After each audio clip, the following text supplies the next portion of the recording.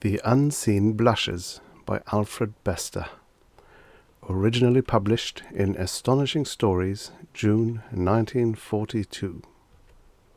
Narrated by Tom Trusser.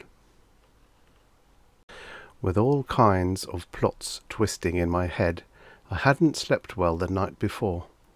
For one thing, I'd worked too late on a yarn that wasn't worth it.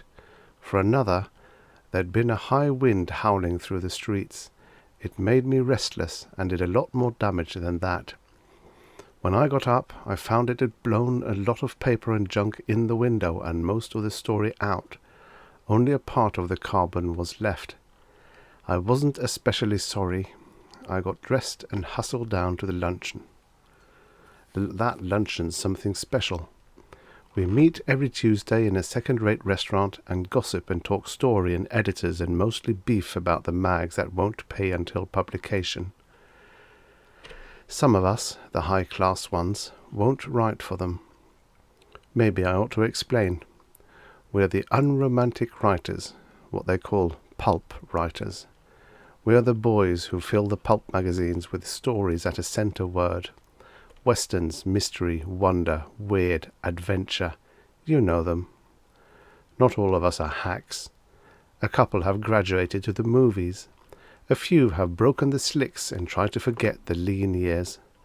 Some get 4 cents a word and try to feel important to literature. The rest come to the luncheon and either resign themselves to the 1-cent rate or nurse a secret Pulitzer Prize in their bosoms. There wasn't much of a turnout when I got there. Belcher sat at the head of the table as usual, playing the genial host. He specializes in what they called science fiction. It's fantastic stuff about time machines and the fourth dimension. Belcher talks too much in a southern drawl. As I eased into a chair, he called, "Ah, the poor man's Orson Welles," and crinkled his big face into a showy laugh. I said, "Your dialogue's getting as lousy as your stories." I don't like to be reminded that I look like a celebrity. Belcher ignored that. He turned to Black, the chap who agents our stuff, and began complaining. He said, "Land's sake, Joey, can't you sell that Martian story? I think it's good." Before Joey could answer, Belcher turned to the rest of us and said, "Reminds me of my granddaddy. He got shut up at Vicksburg before his father could locate him and drag him back home. Granny used to say, 'All my life I've believed in the solid South and the Democratic Party. I believed they were good, and if they aren't, I don't want to know about it.'" Belcher laughed and shook his head. I gave Joey a frantic SOS. When Belcher gets going on the Civil War, no one else gets a word in for solid hours. Joey didn't move, but he said, "What story?" very incredulously, and then he glanced at me and winked. "That Martian story," Belcher said, "the one about the colony on Mars and the new race of Earth-Mars men that springs up. I've forgotten the title. They say James O'Brien never could remember the titles of his stories either." Joey said, "You never gave me any such yarn," and this time he really meant it. Belcher said, "You're crazy." Down at the other end of the table, someone wanted to know who O'Brien wrote for. I said, "He's dead. He wrote The Diamond Lens." "He was the first pulp writer," Belcher said. "Most folk believe Poe invented the short story. Land's sake, Poe never wrote a short story. He wrote mood pieces. O'Brien was the first. He wrote great short stories and great pulp stories." I said, "If you're looking for the father of the pulp industry, why don't you go back far enough? There was a boy named Green in the late 16th century. "You mean groats worth of wit Green?" "The very same. Only forget that piece of junk. It was his last grab at $1. Get hold of a catalogue some day and see the quantity of pulp he poured out to make a living, pamphlets and plays and what not." Someone said, "Green, a pulp writer?" He sounded shocked. I said, "Brother, when he turned that stuff out, it was pulp. Passes 300 years and it turns into literature. You figure it out." Belcher waved his hand. "I was talking about the invention of the short story," he said. "O'Brien—" I tried to cut him off. "I thought O'Brien predated Poe." It was a mistake. Belcher said, "Not at all. O'Brien fought in the Civil War. He was with the 37th Georgian Rifles, I believe, a captain, he—" I nudged Joey so hard he yelped, but he said, "I tell you I never received any such story." Then Malleson grunted and sipped his drink. He started to talk, and we missed the first few words. It's always that way with Malleson. He's white-haired, incredibly ancient-looking, and he acts half dead. He used to be in the Navy, so he writes sea stories now. They say he acquired a peculiar disease in the tropics that makes him mumble most of the time. He turns out a damned good yarn. Finally, we figured out Malleson was calling Joey a liar. "Say, what is this?" Joey said indignantly. "Are you kidding?"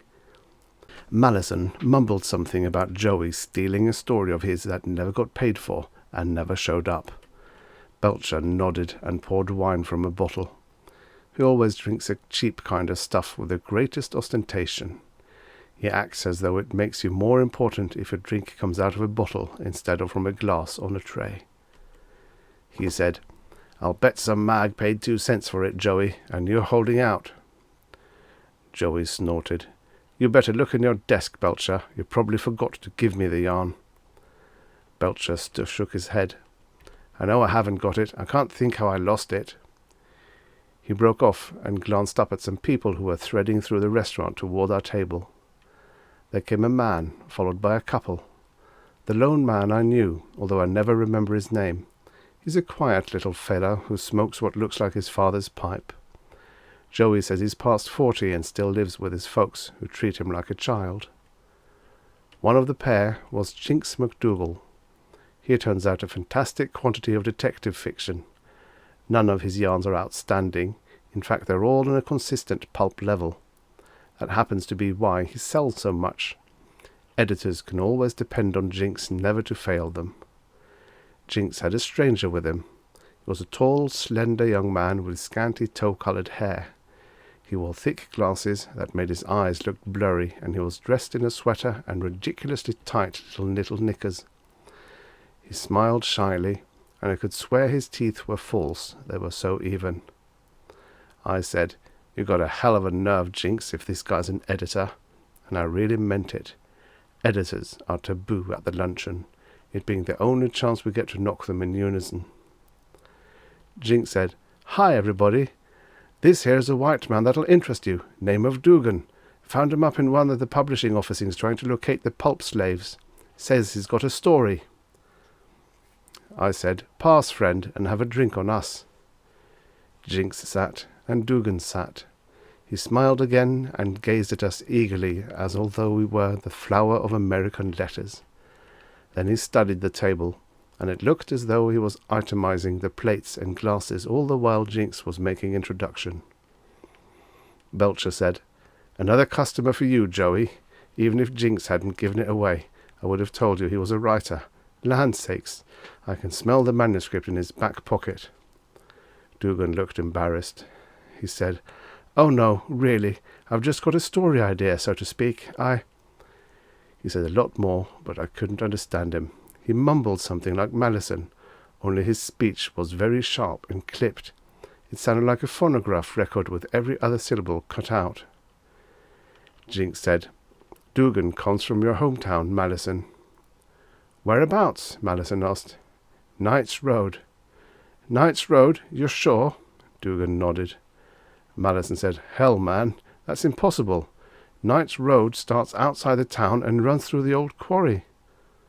"Oh," Dugan looked flustered. "Well, there's a new vention." "A new what?" "Vention," Dugan stopped. Then he said, "A new development, that's a slang word." Malleson said, "Why, man, I was back home less than a month ago. Wasn't any development then." Belcher said, "Maybe it's very new." Dugan didn't say anything more. I hadn't listened much because I was busy watching his fingers. He had one hand partially concealed under the table, but I could see that he was fumbling nervously with an odd contraption that looked like a piece of old clock. It was a square of metal the size of a matchbox, and at one end was a coil of wire like a watch spring. On both faces of the box were tiny buttons like adding machine keys. Dugan kept jiggling the thing absently and pressing the buttons. I could hear the syncopated clicks. I thought, this guy's really soft in the head. He plays with things. Belcher said, "Sure you're not a writer?" Dugan shook his head, then glanced at Joey. Joey smiled a little and turned away because he's very shy about ethics and such. He doesn't want people to think he runs around trying to get writers on his string. Malleson said to Jinx, "Well, what in hell is this story?" Jinx said, "I don't know. Ask him." They all looked at Junior G-Man. I wanted to warn him not to spill anything because pulp writers are leeches. They'll suck the blood right out of your brain. You have to copyright your dialogue at the Tuesday luncheons. Dugan said, It's about a time machine." We all groaned, and I didn't worry about Dugan's ideas any more after that. Joey said, "Oh God, not that. The market's sick of time stories. You couldn't sell one with Shakespeare's name on it." Dugan actually looked startled. "What's the matter?" Belcher asked, showing off his erudition. "You got a manuscript with Shakespeare's name on it? Discover a Shakespeare autograph on a pulp story?" He laughed uproariously, as though he had cracked a joke at my expense. Dugan said, No.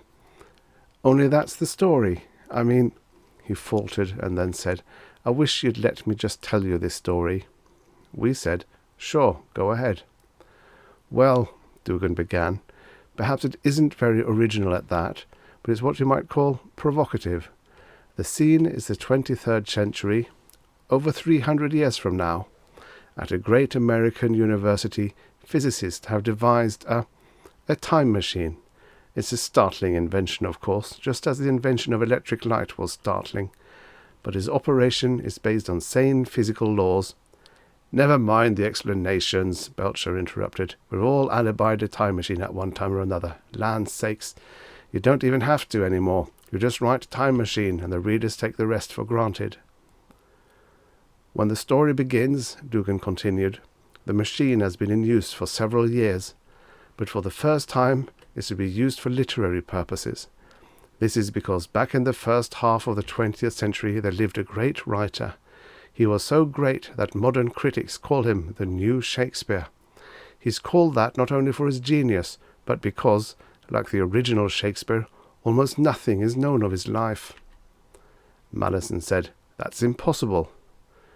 "Not altogether," I argued. "It's conceivable that wars and unprecedented bombings and fires could destroy records. Why, even today there are gaps in the lives of contemporary artists that will never be filled up." "To hell with that," Malleson said. "I still say it's impossible." Dugan gave me a grateful look. He said, "Anyway, that's about what happened. The literature department of the university is going to send one of its research men back through time to gather material on the life of the new Shakespeare. This man is an expert in ancient English. He's shuttled back into the 20th century, equipped with camera and stenographic devices and all that. In the short period at his disposal, he attempts to get hold of his man." I said, "It's a cute idea. Imagine going back to the old Mermaid Tavern and buying Marlowe a drink." Malleson said, "It's a hell of a dull story." "I don't know about that," Belcher said. "I did something of the sort a couple of years ago. Got a cent and a half for it, eh, Joey? Also a bonus." Joey said, "Say, Dugan, you're not cribbing Belcher's yarn, are you?" "Certainly not." Dugan looked shocked. "Well, the research man had less than a day. There was some trouble locating the new Shakespeare's address, and when he did, it was already late at night. Now here's the first little surprise. The man lived in the Bronx." We smiled back at him, because most of us live in the Bronx. Maybe it was kind of sour smile, but we appreciated the irony. No bohemian Greenwich Village, no romantic New England retreat, just unadulterated Bronx. Dugan said, "He lived in an ordinary apartment house, one like a million others. The research man hadn't time enough for formality, so at 3 a.m. he learned how to operate the self-service elevator, went up to the apartment and broke in to snoop around. He expected, at least, to find something different, to see in the furniture and decorations and books an outward sign of the new Shakespeare's great talent. But it was just a plain apartment, so plain that it needs no description. When I say there are a million others like it, I've described it down to the ultimate detail. "What did he expect?" Joey asked. "Genius?" "Isn't that what we all expect of genius?" Dugan countered. Certainly the research man was disappointed. He sneaked a look at the sleeping genius and saw a dull, undistinguished person thrashing ungracefully about on the bed. Nevertheless, he crept around silently, taking motion pictures, and at 3 a.m. "Oh, well," Dugan said, "cameras of the 23rd century and all that, you know." "Could be," Jinx said, "infrared photography." The little guy with the pipe bobbed his head as though he'd invented infrared rays. "Then," Dugan went on, "he went to the new Shakespeare's desk and gathered all the manuscripts he could find, because in his time there were no surviving manuscripts from his hand. And now, here's the final surprise." "Don't tell me," Jinx said, "he'd gone to the wrong apartment." Belcher said, "No, that's what I used." "The surprise is," Dugan said, "that the research man is doing this work for his doctorate, and he knows he'll never get his degree, because even coming back to the time of the new Shakespeare, he can't gather enough material." Dugan looked around expectantly, but it had laid an egg. There was an uncomfortable pause while Malison mumbled bitterly to himself. Jinx was very unhappy and tried to say complimentary things. I suppose he felt responsible. Only I wasn't doing much supposing, because I had the most peculiar sensation. I believed Dugan's story. I was thinking of that manuscript that had blown out the window, and I trying to remember whether I'd used a paperweight to anchor it down. I was thinking of that gadget with buttons, and I was realizing how this mysterious Dugan slipped from one tense to another, which is a thing all writers are conscious of, and which began to have psychological import for me. But the most convincing thing of all was how the others were looking at Dugan. Belcher was staring keenly from under his black eyebrows. Belcher, who wrote that sort of stuff, and who should have been sophisticated. The little guy with the pipe was absolutely electrified. I knew it couldn't be the story, because the story was lousy, even for pulp. Finally Dugan said, "That's all there is. How'd you like it?" Malison said, "It stinks," and probed in his pockets for cigarettes. "What was this new Shakespeare's name?" Belcher asked slowly. Dugan said, "I haven't decided yet." The little guy took the pipe out of his mouth. "What was the name of the story it took?" Belcher said, "Yes, what was it?" Dugan shrugged and smiled. "I haven't decided yet. It's not really important, is it?" I said, "Dugan, when was that manuscript taken?" I know it was foolish, but I had to ask, and none of the others seemed to think it peculiar. They leaned forward with me and waited for Dugan's answer. He looked at me, still smiling, and as I stared at those very blurry eyes behind the vast thick lenses, I began to shake with uncertainty. In all that blur there was a strangeness, a something. Oh, hell! Suddenly Belcher began to laugh. He laughed so hard he overturned his wine bottle, and we all had to scurry out of the wet. When it came time to sit down again, the spell was broken. Anyway, the luncheon was over. When I got outside, Joey was standing there with Dugan. He was saying, "I'm afraid you haven't got much of a yarn there." Dugan said, "I suppose so." Only he didn't seem put out. He shook hands with us cheerfully, said he hoped he'd see us again, and turned toward Broadway. We all waved once, just to be polite, and then lost all interest. We turned on Joey to see if we could get the price of that lunch out of him, and we kidded Jinx about the lousy stories he picked up. Maybe it was because some of us felt a little self-conscious. I know I glanced over my shoulder and felt guilty when I noticed Dugan standing on the corner. He was watching us intently and adjusting his glasses with both hands. Then I stopped haggling with Joey and turned around because because it occurred to me that cameras of the 23rd century could be so small you couldn't see them at that distance. All that flash and glitter couldn't be coming just from Dugan's glasses. Yes, brother. I turned around while Gray's Elegy went thrumming through my head. It could be Belcher or Jinks or Malleson or the little guy with the pipe, but I don't think so. I've got a pretty good idea who it is, because something suddenly occurred to me. I turned around to give Dugan a nice full face, and I waved. Because one of those scraps of paper I thought had been blown in my window was marked very peculiarly in red. Load only in total darkness. Expires December 18, 2241.